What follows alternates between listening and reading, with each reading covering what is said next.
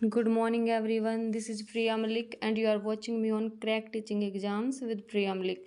Student HSSC TGT English में जो English की वैकेंसीज आई हुई हैं 1751, हम उसके लिए प्रिपेयर कर रहे हैं। सबसे पहले हम हमारा ग्रामर का पोर्शन करेंगे। ग्रामर के पोर्शन में भी हमारा सबसे पहले टॉपिक है आर्टिकल। आर्टिकल सबको आते हैं, हमने बचपन से पढ़े होते हैं, लेकिन फिर भी जो कम्पिटिटिव एग्जाम्स में आते हैं हमारे क्वेश्चन तो वो गलत हो जाते हैं। ऐसा क्यों होता है? क्योंकि हमें कुछ रटी रटाई बात याद होती हैं और जो इनका एप्लीकेशन बेस यूज़ होता है वो इनके सारे रूल होते हैं वो हमें पता नहीं होते। लेकिन हम इसमें रूल रटेंगे नहीं, इनको समझेंगे कि किसके आगे क्या आर्टिकल आता है। और कल से हमारी ग्रामर की 3 से 4 वीडियोज़ होंगी डेली। हम जल्दी जल्दी हमारा ग्रामर का पोर्शन कवर करेंगे, उसके बाद वो हमारा जो पोइट्री वाला सेक्शन है फिर वो कवर करेंगे। आज करेंगे हम हमारा डेफिनेट आर्टिकल। डेफिनेट आर्टिकल किसी भी चीज़ को स्पेशल बना देता है। कोई भी चीज़ स्पेशल हो तो उसके आगे क्या लगता है? द। और द हमारा डेफिनेट आर्टिकल है। और इनडेफिनेट आर्टिकल जो चीज़ स्पेशल नहीं है उनके आगे ए और एन लगता है। यूजेज ऑफ अब करेंगे हम इस द आर्टिकल कहाँ कहाँ यूज होता है। द आर्टिकल यूज होता है the is used before a noun which has become definite as it has been mentioned a second time when it is introduced the first time it takes as an a और an. किसी भी sentence में कोई भी noun जब first time used होता है तो वो स्पेशल नहीं होता, उसके आगे ए और एन लगता है। लेकिन जब वही नाउन दोबारा से आता है तो वो स्पेशल हो जाता है और उसके आगे दा लगता है। जैसे a man is going on A road the man a man is going on A road the man has a bag. एक आदमी रोड पर जा रहा है, the man has a bag, और उस आदमी के पास क्या है? एक बैग है। ये मैन यहाँ पे नाउन है, ये फर्स्ट टाइम यूज हुआ है, ये स्पेशल नहीं है, इसलिए इसके आगे क्या लग गया? ए। अब हमें पता नहीं होता कि एग्जाम्स में कैसे आता है, यहाँ पे दे देते हैं। अब हम सोचेंगे मैन स्पेशल है, यहाँ पे दा लगा देते हैं। और कई बार हम सोचेंगे मैन स्पेशल नहीं है तो इस मैन के आगे ब्लैंक दे दिया तो हम यहाँ पे ए और एन फिल कर देते हैं, क्योंकि ये हमारा कंसेप्ट क्लियर नहीं होता कि कोई भी नाउन जब सेकंड टाइम यूज होता है तो वो स्पेशल हो जाता है। इसलिए ये हमारा कंसेप्ट क्लियर होना चाहिए कि कोई भी नाउन जब फर्स्ट टाइम यूज होता है तो वो डेफिनेट नहीं होता है और उसके आगे ए आर्टिकल या इनडेफिनेट आर्टिकल यूज होता है, ए और एन में से कोई भी। और जब वही नाउन सेकंड टाइम यूज होता है तो वो स्पेशल हो जाता है और उसके आगे द आर्टिकल लग जाता है। अब ऐसे ही it is used before nouns of which there is only one और which are considered as one. ऐसी कोई भी नाउन जो इस यूनिवर्स में सिर्फ एक ही है या एक ही मानी जाती है तो उनके आगे, क्योंकि वो स्पेशल हो जाती है, वो एक ही है, तो उनके आगे डेफिनेट आर्टिकल यूज होता है। जैसे the earth, the sky, the weather, the north pole. It is used before with the noun of which there is only one example in some given situation. कुछ ऐसी सिचुएशन हो जाती है कि उनका सिर्फ एक ही एग्जाम्पल होता है। जैसे प्रिंसिपल, वैसे तो यूनिवर्स में एक नहीं है लेकिन किसी स्कूल में प्रिंसिपल एक ही होता है, तो इसलिए प्रिंसिपल क्या बन जाता है? डेफिनेट। वैसे तो प्रिंसिपल बहुत सारे होते हैं लेकिन किसी भी स्कूल में प्रिंसिपल एक ही होता है, इसलिए इसके आगे द आर्टिकल लगेगा क्योंकि ये डेफिनेट हो जाता है। The post has the postman come yet, क्या पोस्टमैन अभी तक नहीं आया है, तो ये भी स्पेशल हो जाता है और डेफिनेट हो जाता है और इसलिए इसके आगे डेफिनेट आर्टिकल द का यूज होता है। The definite article is placed before the superlative degree of adjective.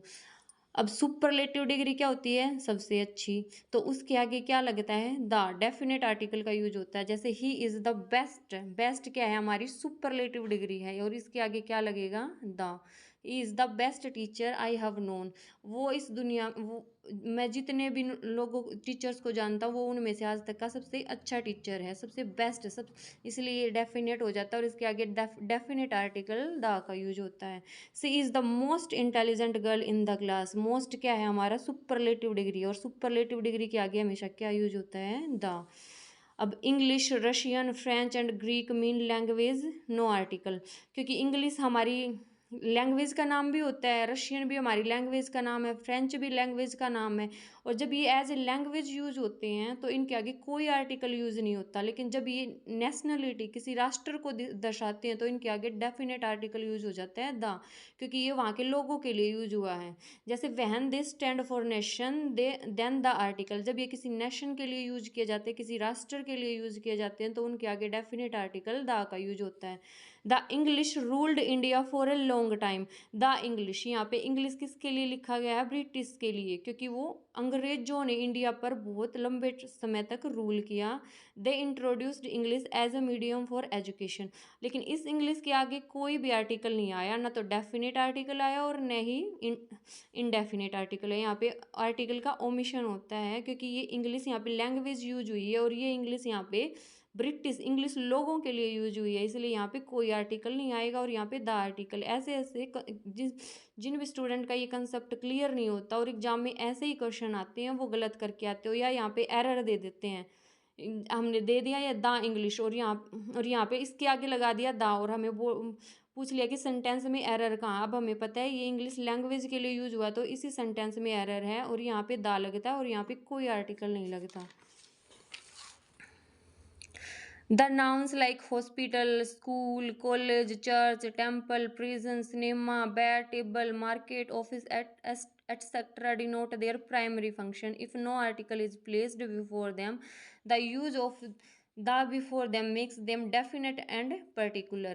अब जैसे हॉस्पिटल है, कॉलेज है, चर्च है, टेम्पल है, सिनेमा, अगर इनका जो स्पेशल पर्पज होता है, जो इनका मुख्य पर्पज होता है कि हॉस्पिटल में मरीज जाते हैं, कॉलेज में स्टूडेंट पढ़ने जाते हैं, चर्च में पूजा के लिए जाते हैं, टेम्पल में पूजा के लिए जाते हैं, और प्रिजन में जो क्राइम करते हैं अपराधी वो जाते हैं, और सिनेमा में हम फिल्में देखने के लिए जाते हैं। अगर इनका कोई वो प्राइमरी फंक्शन है तो उनके आगे कोई भी आर्टिकल यूज नहीं होगा। लेकिन अगर इनके आगे द आर्टिकल यूज हो गया तो वो अपना प्राइमरी फंक्शन की बजाय किसी दूसरा फंक्शन शो करते हैं। जैसे he meet with an accident, उसका एक्सीडेंट हो गया and was taken to hospital, उसका एक्सीडेंट हो गया और उसको हॉस्पिटल में ले जाया गया, क्योंकि अब इस हॉस्पिटल के आगे कोई भी आर्टिकल यूज नहीं हुआ, क्योंकि जिसका एक्सीडेंट हो जाता है, चोट लग जाती है, उसको हॉस्पिटल में ही ले जाया जाता है, इसलिए यहाँ पे कोई भी आर्टिकल यूज नहीं हुआ।